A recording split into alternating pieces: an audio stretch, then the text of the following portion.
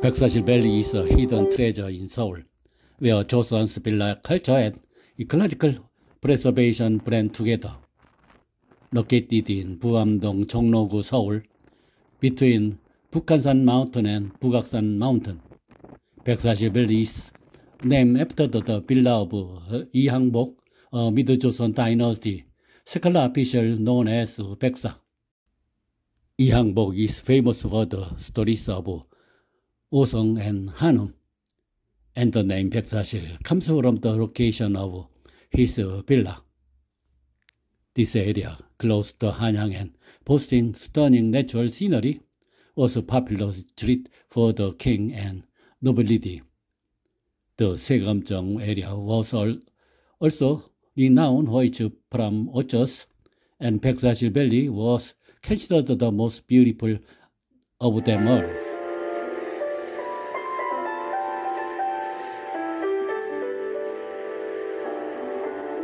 서울 한복판에 이런 숲이 있었다고요? 오늘은 도심 속 숨은 보물 백사실 계곡을 함께 걸어보겠습니다.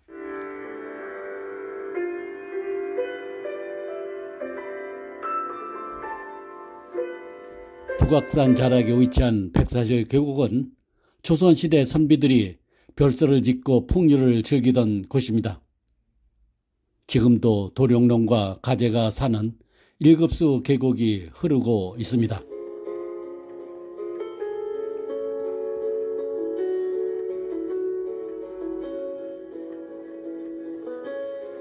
이곳은 백사 이항복의 별장이 있던 자리로 그의 호를 따서 백사실이라 불립니다. 조선의 경화 세족들이 자연 속에서 시를 짓고 차를 마시던 풍류의 공간이었습니다.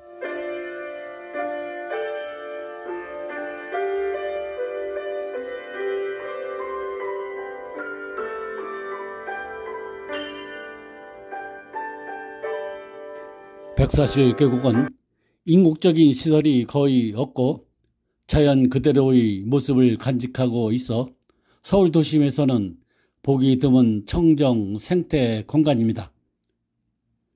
이곳은 생태경관 보존 지역으로 도룡령, 버들치, 가재, 북방산, 개구리 등 1급수 지표종이 서식하는 생태의 보고입니다. 숲이 짙고 계곡물이 흐르는 산책로가 잘 정비되어 있어 도심 속에서 자연을 느끼며 걷기 좋은 장소로 인기가 높습니다.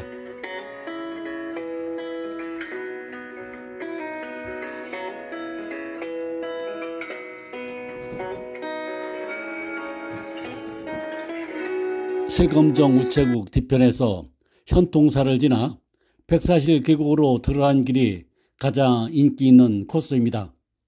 고요하고 맑은 공기 속에서 새소리와 계곡물 소리를 들으며 걷는 경험은 특별합니다. 그러나 나는 창의문을 거쳐 백사실 계곡으로 들어왔습니다. 창의문은 조선시대의 성문으로 한양도성의 사서문 중 하나입니다.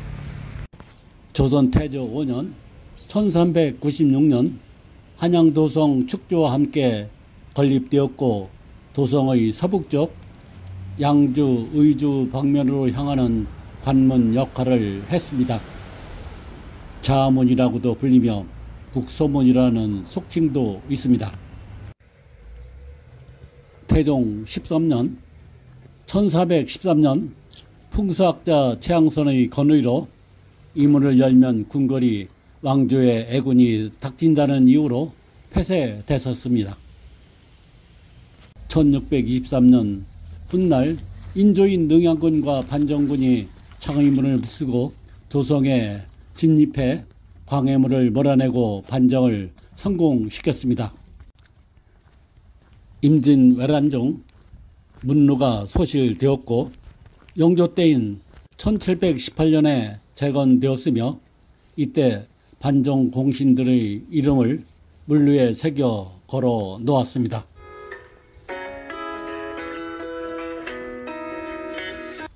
백석 동천은 서울 종로구 부암동에 위치한 조선시대 별서 유적으로 자연과 역사, 문화가 어우러진 명승지입니다. 도심 속에서 조선시대 별서 정원의 전통을 엿볼 수 있는 귀중한 유산이기도 합니다.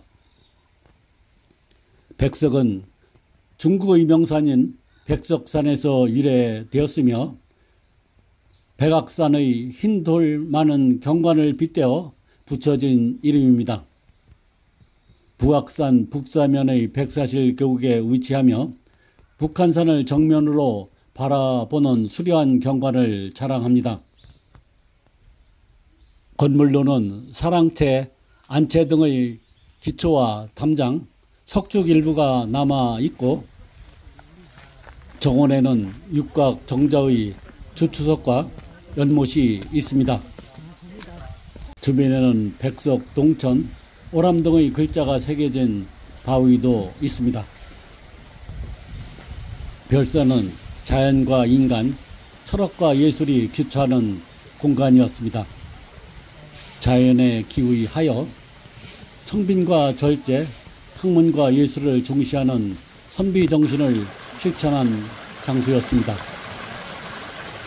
별서는 조선시대 선비들이 본래의 거처와는 별도로 경치 좋은 곳에 지은 전원형 별장입니다. 자연 속에서 글을 짓고 것들과 교류하며 유유자적한 삶을 추구했던 곳입니다. 정치적 당정이나 도시의 번잡함에서 벗어나 자연 속에서 심신을 수양하고 학문과 예술을 즐기기 위한 공간이었습니다. 별서 정원은 인공적인 조경보다는 자연의 흐름을 존중한 정원 설계가 특징입니다. 계곡, 바위, 나무, 연못 등을 그대로 살려 정원을 꾸몄습니다. 유기적 수양과 도가적 자연관이 반영되어 철학적 사유의 공간으로 기능을 했습니다. 시를 쓰기 위해 모이거나 차를 마시기 위해 문인들의 모임이 자주 열렸고 시와 그림, 음악이 오가는 문화적 중심지 역할도 했습니다. 백석동천 외에 대표적인 별서 정원으로는 전남 담양의 소세원, 경북 예천의 선몽대, 서울 성북구의 성락원 등이 있습니다. 이곳 주변에는 서울의 경화 세족들이 별서를 두고 풍류를 즐기던 곳이었습니다. 경화 세족은 조선 후기 서울과 그 인근의 지역에 대대로 거주하며 정치, 경제, 문화적으로 중심 역할을 했던 사대부 가문들을 일컫는 말입니다. 이들은 조선 후기의 권력과 문화의 중심지였던 서울에서 살면서 지방 사족과는 구별되는 의상을 지녔습니다.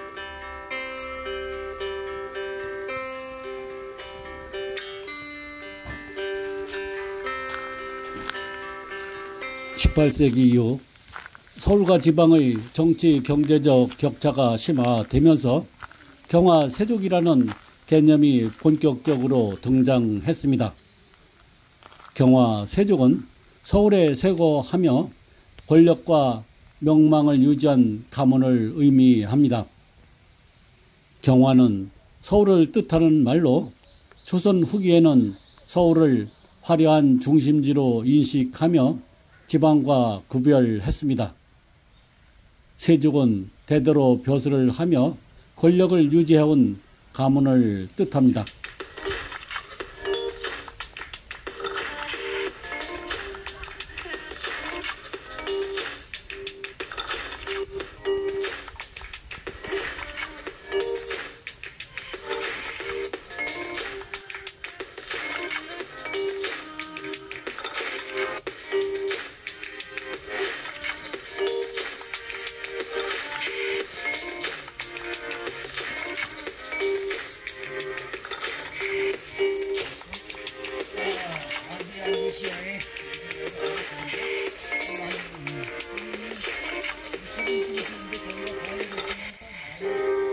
인조반정 이후 서인 계열의 서울 경기 사족들이 정권을 장악하며 경화 세족으로 자리를 잡았습니다. 이들은 북학파 실학자들과 교류하며 차, 문화, 신문, 예술 등 조선 후기의 문화의 중심층 역할을 했습니다. 서울의 상공업 발달과 함께 부가 집중되며 경화 세족은 경제적으로도 안정된 기반을 갖추게 되었습니다.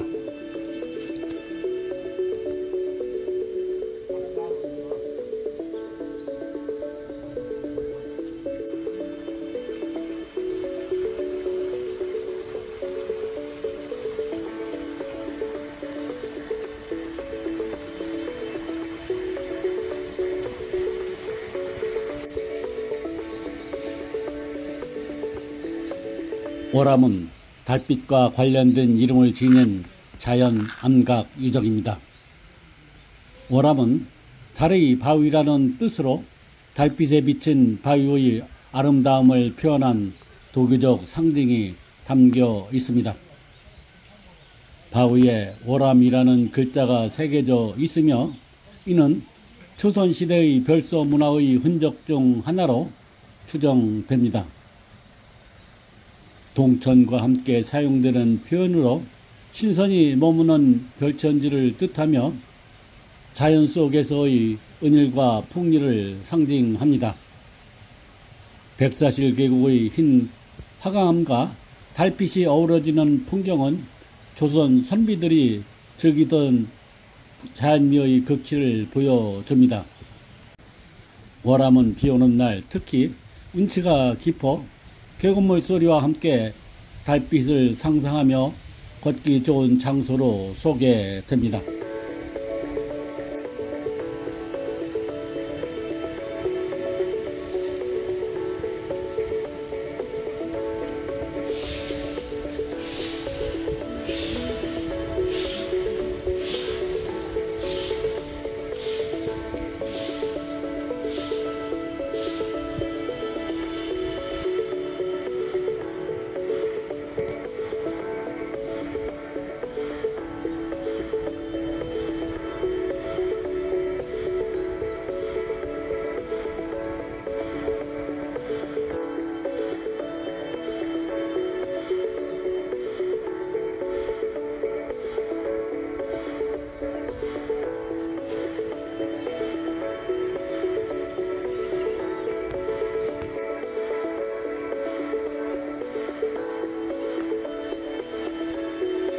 현통사는 서울 종로구 부암동 백사실 계곡 초입에 자리한 아담한 사찰로 도심 속에서 자연과 역사를 함께 느낄 수 있는 고즈넉한 공간입니다. 서울 한복판에서 자연과 불교적 사이를 함께 할 수 있는 장소로 산책과 명상에 적합한 분위기를 갖추고 있습니다. 백사실 계곡을 오르며 처음 마주치는 사찰로 조선의 별서 문화와 현대의 생태 보존이 만나는 지점이기도 합니다. 백사실 계곡 입구 너럭바 위에 자리하고 있으며 주변은 백석동천과 능금마을, 수사 김정희의 별서터 등 역사적 명소와 연결됩니다. 원래는 통일신라시대 사찰은 정의사의 암자였으며 고려 시대에 세워졌다고 전해집니다. 6.25 전쟁 때 소실되었다가 1976년에 복원되었고 이후 장은사, 고문사로 불리다가 1987년부터 현통사로 불리게 되었습니다.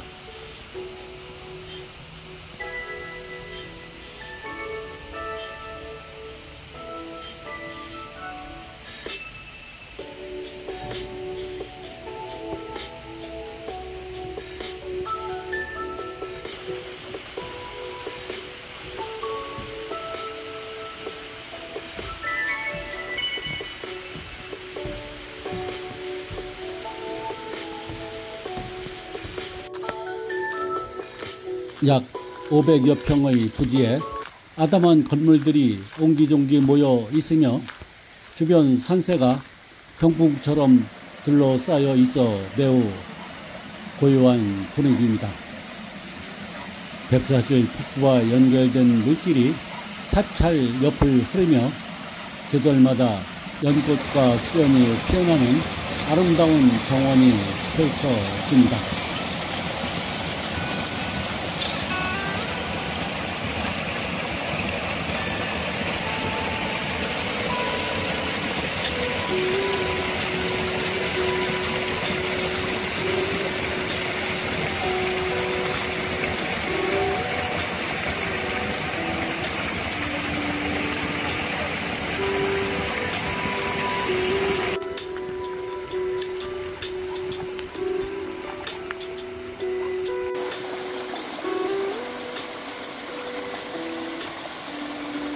백석동천 위쪽에는 능금마을이 있습니다.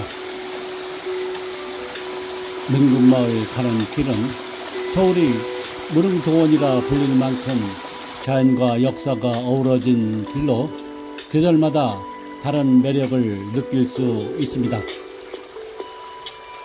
고요한 분위기와 자연 경관이 인상적이며 서울 도심에서 보기 드문 1급수 계곡으로 도롱뇽, 가재 등 생태 보존이 뛰어난 지역입니다. 능금마을에 도착하면 능금나무와 전통 가옥이 어우러진 마을 풍경을 만날 수 있습니다.